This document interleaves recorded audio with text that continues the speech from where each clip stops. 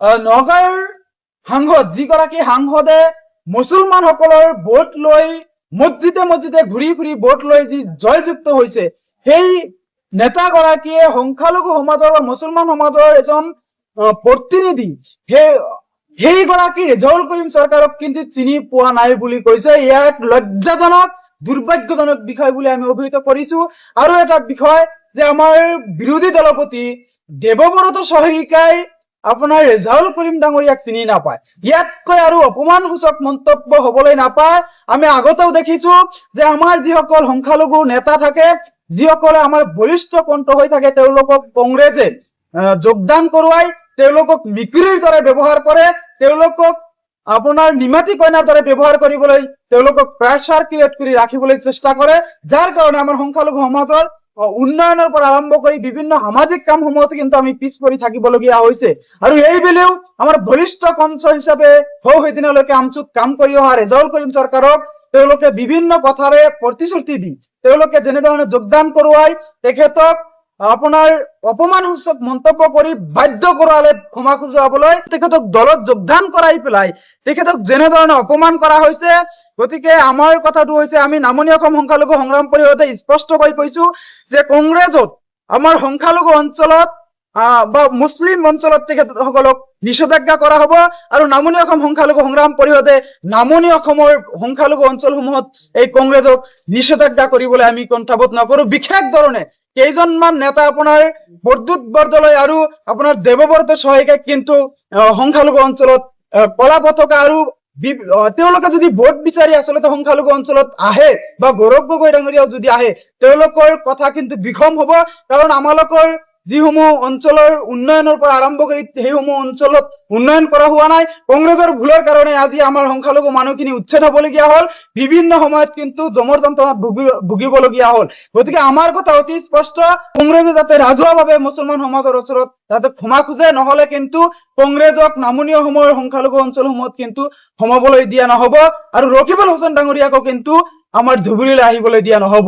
গতিকে আমি স্পষ্টকৈ কৈছো যে ধুবুৰীত ৰকিবুল হুছেইন, আপোনাৰ বৰদুত বৰদলৈ, আপোনাৰ দেৱব্ৰত শইকীয়া আৰু গৌৰৱ গগৈক নিষিদ্ধ কৰা হৈছে। গতিকে তেওঁলোকে যেতিয়ালৈকে ক্ষমা নোখোজে সংখ্যালঘু অঞ্চলৰ তেওঁলোকক সোমাবলৈ দিয়া নহব। সমন্বয়ৰ ক্ষেত্ৰত ধুবুৰী, শিৱসাগৰ, আপোনাৰ শোণিতপুৰ, আপোনাৰ যিমান উজনি, নামনি, বৰাক উপত্যকা সকলোকে মিলাই লৈ যাতে আগবঢ়াই লৈ যাব পাৰো, তাৰ ক্ষেত্ৰত তেখেতে কৈছিলে যে বৰাকক ধুবুৰী, ধুবুৰীক বৰাক বা আপোনাৰ শিৱসাগৰক ধুবুৰী বা বিভিন্ন বৰাক উপত্যকা বিভিন্ন ৰাজ্যৰ যিসমূহ জিলা, সেই জিলাসমূহ একত্ৰিত ভাৱে যাতে আগবঢ়াই লৈ গৈ আমি অসমখনৰ উন্নয়ন কৰিব পাৰো, এনে মন্তব্য প্ৰকাশ কৰিছিলে। আৰু মন্তব্যটোত হয়তো আমি মানি লৈছো যে মন্তব্যটোৰ বাক্য উচ্চাৰণত হয়তো কিবা ত্ৰুটি হৈছিলে, যাৰ কাৰণে সাম্প্ৰদায়িক বিজেপি চৰকাৰখনে যেনেধৰণে তুচ্ছ তাচ্ছিল্য কৰিছিলে, ঠিক একে সময়তে কিন্তু সাম্প্ৰদায়িকতাৰ সুযোগ প্ৰদান কৰি বিভিন্ন সময়ত যেনেধৰণে আমাৰ কংগ্ৰেছ দলে আপোনাক তুচ্ছ তাচ্ছিল্য কৰি আহিছিলে, ঠিক একে সময়তে কিন্তু আমাৰ ৰেজাউল কৰিম চৰকাৰ ডাঙৰীয়াকো তুচ্ছ তাচ্ছিল্য কৰা পৰিলক্ষিত হৈছে।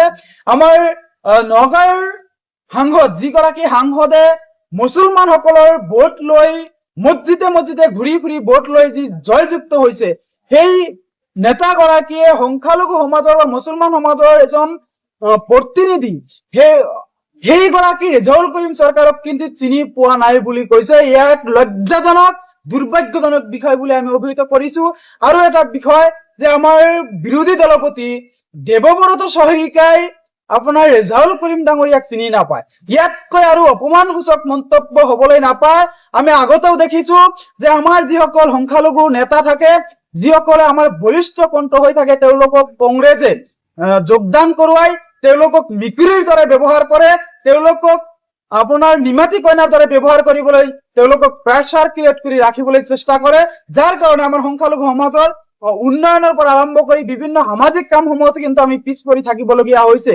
আৰু এইবেলেও আমাৰ বলিষ্ঠ কণ্ঠ হিচাপে সেইদিনলৈকে আমচুত কাম কৰি অহা ৰেজাউল কৰিম চৰকাৰক তেওঁলোকে বিভিন্ন কথাৰে প্ৰতিশ্ৰুতি দি তেওঁলোকে যেনেধৰণে যোগদান কৰোৱাই তেখেতক আপোনাৰ অপমানসূচক মন্তব্য কৰি বাধ্য কৰালে ক্ষমা খুজুৱাবলৈ, তেখেতক দলত যোগদান কৰাই পেলাই তেখেতক যেনেধৰণে অপমান কৰা হৈছে, গতিকে আমাৰ কথাটো হৈছে আমি নামনি অসম সংখ্যালঘু সংগ্ৰাম পৰিষদে স্পষ্টকৈ কৈছো যে কংগ্ৰেছত আমাৰ সংখ্যালঘু অঞ্চলত বা মুছলিম অঞ্চলত তেখেতসকলক নিষেধাজ্ঞা কৰা হ'ব আৰু নামনি অসম সংখ্যালঘু সংগ্ৰাম পৰিষদে নামনি অসমৰ সংখ্যালঘু অঞ্চলসমূহত এই কংগ্ৰেছক নিষেধাজ্ঞা কৰিবলৈ আমি কণ্ঠাবোধ নকৰো। বিশেষ ধৰণে কেইজনমান নেতা আপোনাৰ বৰদুত বৰদলৈ আৰু আপোনাৰ দেৱব্ৰত শইকীয়াই কিন্তু সংখ্যালঘু অঞ্চলত কলা পতাকা আৰু তেওঁলোকে যদি ভোট বিচাৰি আচলতে সংখ্যালঘু অঞ্চলত আহে বা গৌৰৱ গগৈ ডাঙৰীয়াও যদি আহে তেওঁলোকৰ কথা কিন্তু বিষম হ'ব, কাৰণ আমালোকৰ যিসমূহ অঞ্চলৰ উন্নয়নৰ পৰা আৰম্ভ কৰি সেইসমূহ অঞ্চলত উন্নয়ন কৰা হোৱা নাই। কংগ্ৰেছৰ ভুলৰ কাৰণে আজি আমাৰ সংখ্যালঘু মানুহখিনি উচ্ছেদ হবলগীয়া হ'ল, বিভিন্ন সময়ত কিন্তু জমৰ যন্ত্ৰণাত ভুগিবলগীয়া হ'ল। গতিকে আমাৰ কথা অতি স্পষ্ট, কংগ্ৰেছে যাতে ৰাজহুৱাভাৱে মুছলমান সমাজৰ ওচৰত যাতে ক্ষমা খোজে, নহলে কিন্তু কংগ্ৰেছক নামনি অসমৰ সংখ্যালঘু অঞ্চলসমূহত কিন্তু সোমাবলৈ দিয়া নহব আৰু ৰকিবুল হুছেইন ডাঙৰীয়াকো কিন্তু আমাৰ ধুবুৰীলৈ আহিবলৈ দিয়া নহব। গতিকে আমি স্পষ্টকৈ কৈছো যে ধুবুৰীত ৰকিবুল হুছেইন, আপোনাৰ বৰদুত বৰদলৈ, আপোনাৰ দেৱব্ৰত শইকীয়া আৰু গৌৰৱ গগৈক নিষিদ্ধ কৰা হৈছে।